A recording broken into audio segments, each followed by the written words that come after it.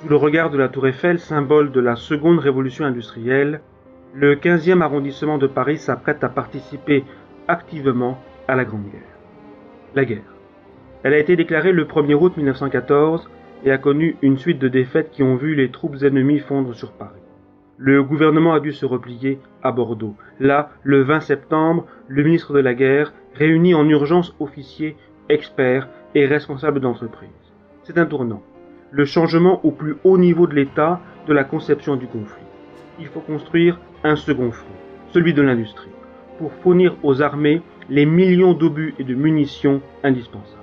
Ce 20 septembre 1914 constitue la seconde mobilisation en France, celle des entreprises au service de la guerre. L'un des hommes clés de cette mutation est André Citroën. Il s'est établi dans le 15e arrondissement depuis moins d'une décennie. Le lieu est déjà industrieux, bien aidé par des transports ferrés et fluviaux, par un habitat qui laisse de la place aux ateliers en construction. Citroën est loin de l'armement, puisque son premier métier est la fabrication des engrenages à chevrons. Il les installe sur le quai de Grenelle. Tournés vers l'industrie lourde, les engrenages Citroën ne reçoivent pas de commandes d'armement, mais ils travaillent pour d'autres sociétés qui participent à l'effort de guerre. Dans le 15e arrondissement, les liens les plus étroits sont tissés avec une autre société, dirigée par André Citroën, les automobiles Morse. L'entreprise Morse est située rue du Théâtre, soit à 2 pas du quai de Grenelle. Citroën a été appelé par les propriétaires en 1907 en sauveteur, en industriel avisé pour éviter une liquidation annoncée. Il tente alors de moderniser les ateliers pour accroître la production et améliorer la productivité. Après un voyage aux États-Unis effectué à l'été 1913, il introduit de nouvelles méthodes d'organisation du travail. La guerre surgit à ce moment charnière. Mais la rapide mobilisation des ouvriers et de l'encadrement en août 1914 voit l'activité se raréfier. Morse se contente d'achever les châssis en chantier. Après le 20 septembre 1914 et la réunion de Bordeaux, tout est remis en cause. Mobilisé, Citroën rentre à Paris négocier un contrat d'armement. Celui-ci est signé le 18 octobre 1914. Morse doit fabriquer en seulement 3 mois 15 000 obus de 75 mm et 22 500 gaines d'obus. Ce sont des quantités pour l'heure exceptionnelles. L'opération est d'autant plus difficile que l'usine, avec un effectif réduit, poursuit les livraisons de voitures pour les états-majors français et belges, environ une 50aine par mois. L'usine en guerre est née avec ses nouvelles contraintes à la fois techniques et sociales. Morse doit être réorganisée dans la logique de réunir sous un même toit les parcelles des rues Ginoux, Saint-Charles et du Théâtre.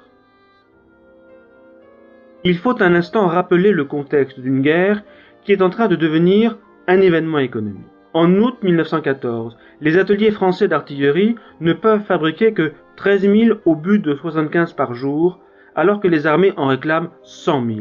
Et les demandes ne vont cesser de croître avec la durée imprévue du conflit et surtout le basculement vers la guerre de position.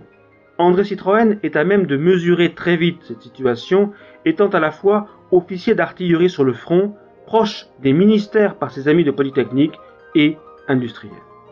Dès le 20 novembre 1914, il propose au ministère de fabriquer des obus en grande série. En raison de locaux trop étroits chez Morse, les discussions s'engagent sur une nouvelle usine d'armement. Elle sera à créer ex nihilo ou à partir d'ateliers peu occupés. Le 26 janvier 1915, un contrat d'1 million d'obus est signé.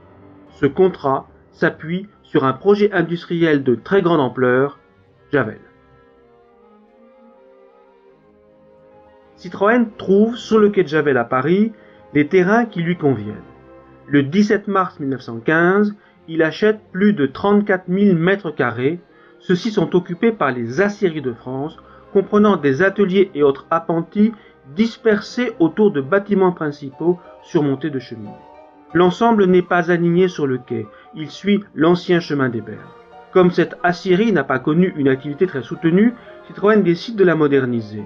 Pourtant, en raison des pénuries de matériaux de construction, il n'en détruit que le minimum conservant toutes les parties métalliques existantes qu'il modifie juste pour les réadapter à ses besoins.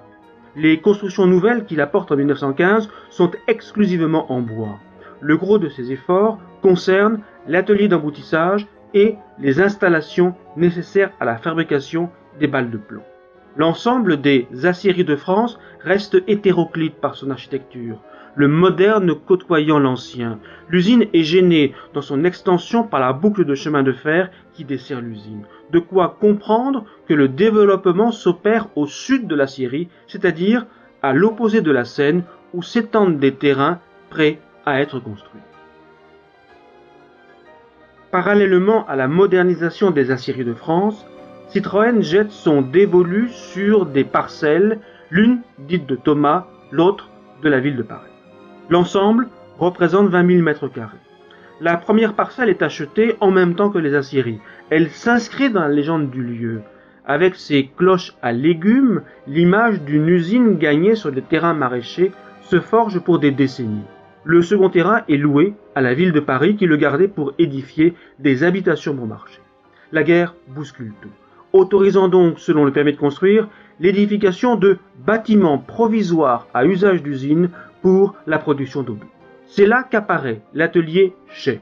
Il est aligné sur le quai de Javel et d'une géométrie parfaitement rectangulaire. Sa construction est en bois, charpente et poteaux, son toit étant formé de shit pour laisser entrer la lumière. Les aciéries de France et Chay forment un tout, le premier Javel, fort de 55 000 m². Il est prêt en à peine 3 mois. Fabrication d'amont aux aciéries, montage à Chay. En octobre 1915, les cadences sont de 5 000 obus par jour et même de 10 000 pour peu qu'il soit possible de travailler en 2 équipes. S'agit-il déjà d'une usine modèle ? En novembre 1915, un inspecteur général des armées écrit « Les résultats sont remarquables. Il y aurait intérêt à ce que bien des industriels, et les plus importants, veuillent bien visiter l'usine Citroën et prendre modèle sur elle. » Citroën accélère le développement de Javel en 1916 en achetant ou louant de quoi atteindre 120 000 m² de surface, soit quasiment l'étendue de l'usine en 1918. L'emprise de ces ateliers touche ainsi un ensemble compact ceinturé par le quai de Javel et les rues Cauchy, Ballard, Saint-Charles et Leblanc. La construction la plus importante est l'atelier Ballard, construit en 1916 sur près de 11 000 m². Bien que situé dans le prolongement de Chay, il en est très différent puisque composé d'armatures métalliques qui dessinent plusieurs halles. Le passage entre Chay et Ballard est aisé. Les 2 bâtiments communiquent par une ancienne rue, dorénavant couverte, la galerie Chay, qui abrite aussi des vestiaires. À noter une différence de niveau entre les 2 ateliers, nécessitant un escalier, 2 rampes et un monte-charge.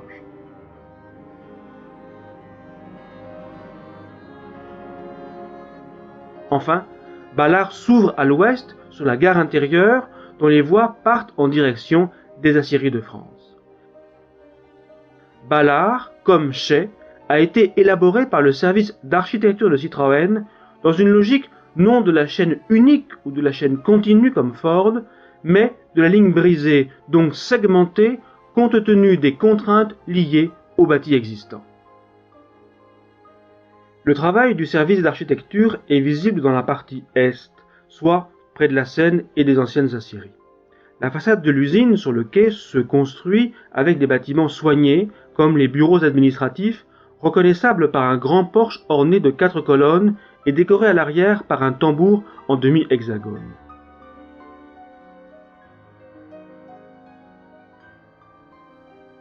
Non loin des nouveaux bâtiments de l'outillage, la cour d'honneur, dessinée en 1916, tout comme le pavillon de pointage embelli de sa véranda, contribue à la mise en scène cérémoniale de Javel.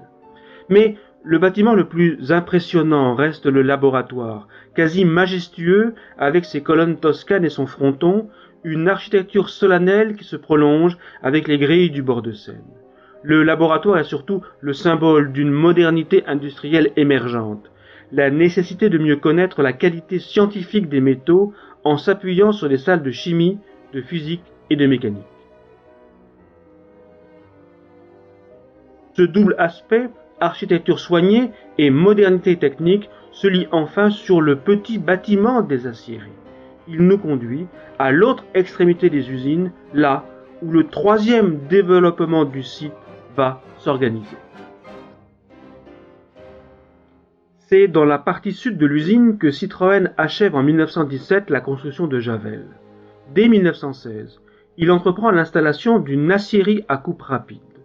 Peu satisfait des conditions de vente de ses fournisseurs anglo-américains, il décide de s'en affranchir en créant ses propres ateliers d'acier à outils, aidé en cela par son laboratoire. Il s'agit d'accélérer l'introduction des machines à haut rendement dans l'usine. Les ateliers de Gutenberg et Saint-Charles sont construits en 1917 dans la même logique. Face aux difficultés d'approvisionnement en tubes, Citroën lance cette fabrication dans un nouvel atelier, dit Gutenberg, rassemblant laminoir, banc d'étirage et four à recuit. La fonderie de Saint-Charles lui donne, de la même façon, plus d'autonomie. Ces deux ateliers inaugurent une conception architecturale nouvelle qui préfigure les constructions de demain. Les bâtiments ont tous une largeur standard de 18 mètres, permettant d'envisager des hangars à répétition. Saint-Charles se bâtit autour de cette logique, avec un garage et un hangar. L'usine est-elle pour autant achevée? Ce serait oublier les constructions sociales indispensables au personnel des usines en guerre. Le manque de main-d'œuvre est une contrainte lourde durant tout le conflit, notamment pour le personnel qualifié. L'usine du quai de Javel, tournée vers les nouvelles méthodes de production, rassemble en 1918 près de 12 000 personnes. Ce sont pour la plupart des ouvriers sans qualification, logique de l'introduction des méthodes de la grande série. Il y a des hommes, souvent détachés du front, mais aussi des femmes qui ont pris le chemin de l'usine pour apporter un salaire dans des foyers où les maris, les frères ou les fils sont au front. Deux équipes travaillent 11 à 10 heures par jour, 7 jours par semaine, avec des salaires maigres. Pour que ce front de l'arrière tienne, le ministre Albert Thomas pousse les industriels à engager une politique sociale novatrice. Dans cette logique, Javel se dote d'un réfectoire de grande ampleur, 3000 m², capable de servir 3500 repas préparés dans une cuisine de 1000 m² où sont rassemblés tous les métiers de la restauration. Le lieu est organisé rationnellement, avec un service minuté pour servir 240 repas à la fois. Les plats sont transportés par chariot électrique placés dans des tables chauffantes. Le même menu est servi à tous pour 1,50 franc, soit le prix d'une heure de travail. Les efforts ne s'arrêtent pas là. Un club ouvrier organise les rares temps de loisirs. Les services médicaux se développent au sein de l'usine avec des salles de consultation en médecine, gynécologie, radiographie et dentisterie.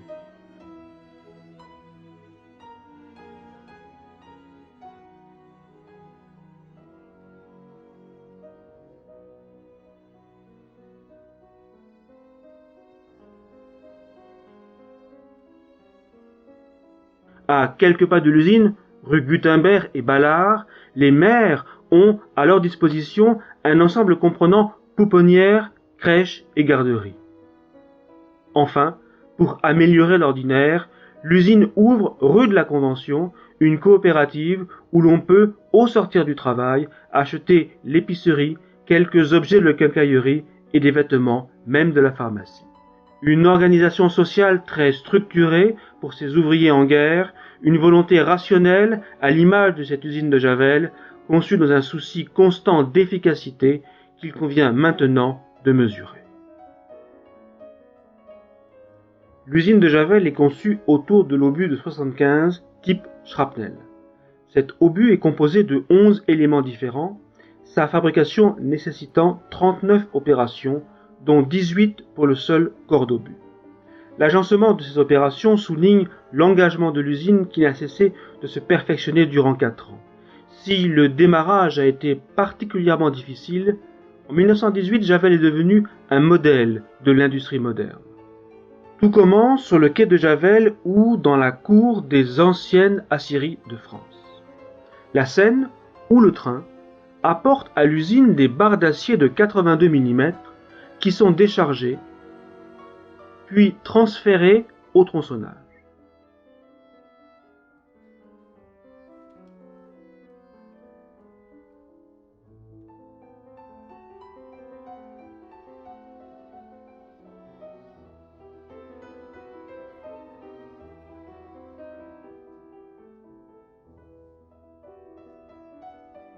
marquées au chalumeau, les barres sont sectionnées en lopins, puis rapidement vérifiées et envoyées à l'emboutissage.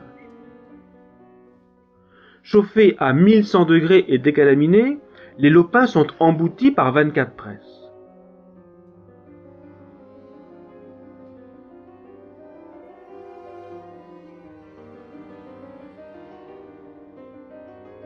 Ils passent ensuite au décapage. Plongés dans des bains d'acide puis lavés à grande eau, les lopins emboutis ressortent lisses, prêts à être usinés. Plusieurs opérations s'enchaînent comme le perçage des fonds, le cylindrage ou le dégrossissage des corps.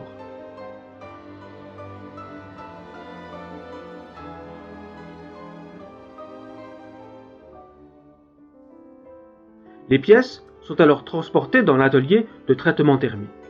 28 fours à trempe, dont les températures varient de 250 à 800 degrés, vont les recevoir durant 24 minutes, après lesquelles elles sont plongées dans des appareils à immersion pour être refroidies. Les corps d'obus sont nés. Là, ils sont vérifiés avant d'être chargés dans des casiers et transportés dans des chariots électriques vers l'atelier de finition, l'atelier Chet.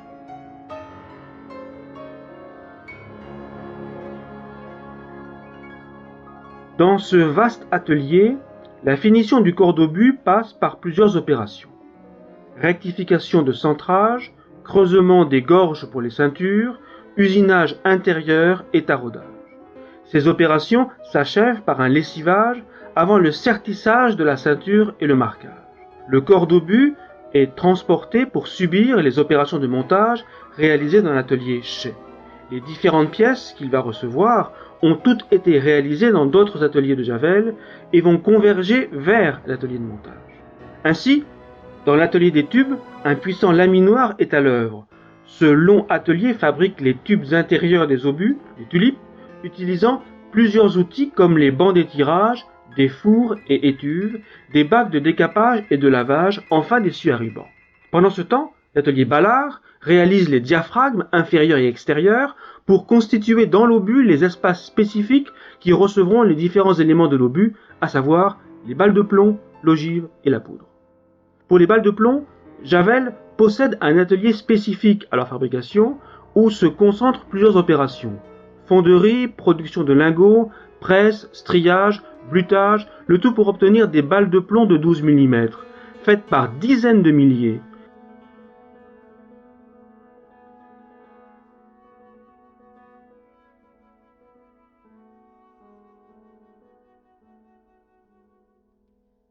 Ces balles de plomb sont acheminées à l'atelier Chet par des caniveaux souterrains. L'ogive est aussi réalisée dans un atelier spécifique qui chauffe les barres d'acier avant de les compresser et de les estamper.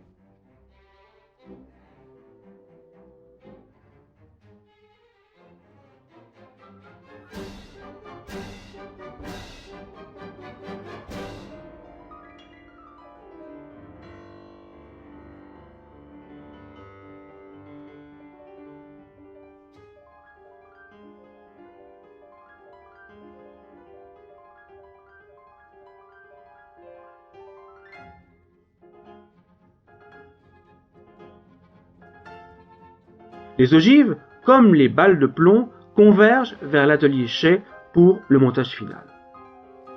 Dans ce grand atelier se trouvent rassemblés tous les éléments de l'obus. Les corps, les ogives, les supports de balles, les tulipes, les diaphragmes supérieurs et inférieurs, les balles d'ogive et de plomb, les ceintures de cuivre. Tous les éléments étant standardisés et vérifiés, le montage s'opère très rapidement.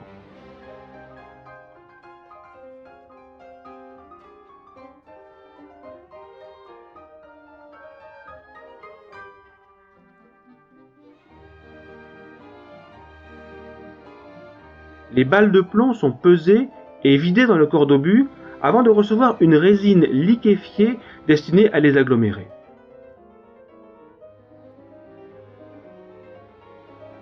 Une fois terminés, les obus sont vérifiés par les contrôleurs de l'artillerie. Ils sont ensuite marqués de peinture bleue et rouge. Empruntant des tapis roulants, des chariots électriques et l'ascenseur entre Chet et Ballard, les obus sont transférés au quai de chargement.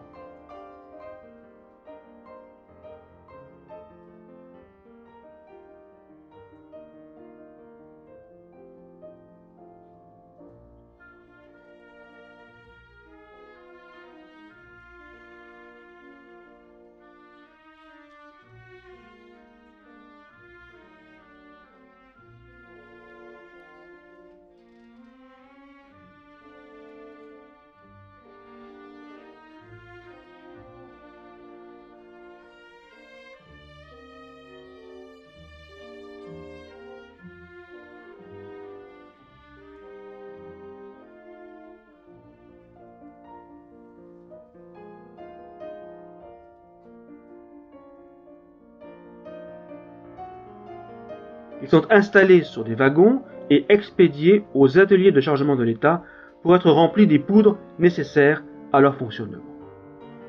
Cette fabrication est devenue le quotidien des usines en guerre du quai de Javel. De 1915 à 1918, Javel a produit 26 millions d'obus pour un chiffre d'affaires total de 430 millions de francs. Construite en un temps record, utilisant des méthodes de production nouvelles, Javel est devenue la plus importante usine d'obus en France. C'est un exemple fort de la mobilisation de l'industrie, de la force du front de l'arrière et donc de la contribution des entreprises à la défense nationale. Le 11 novembre 1918, le jour de l'armistice, André Citroën annonce avec fierté « Là où l'on a fabriqué des obus pour la France, on produira demain des automobiles ».